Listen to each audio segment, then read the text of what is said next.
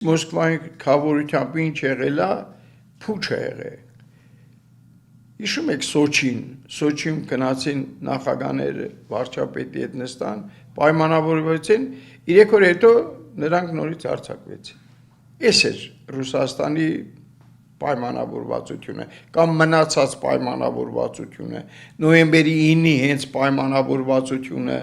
որ նոյեմբերի 9-ին տարածքները սկսեցին տալ, հայերին այդպես կամաց հայերին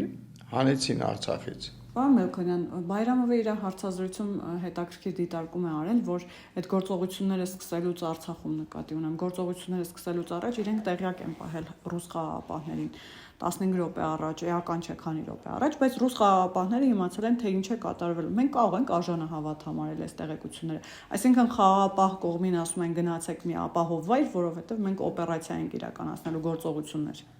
Ուրեմն այս բոլորը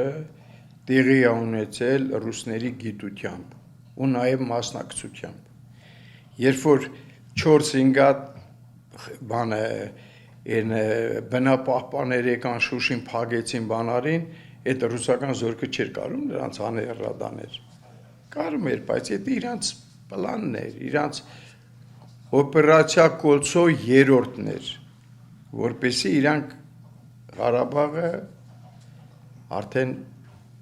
հայաթափեն։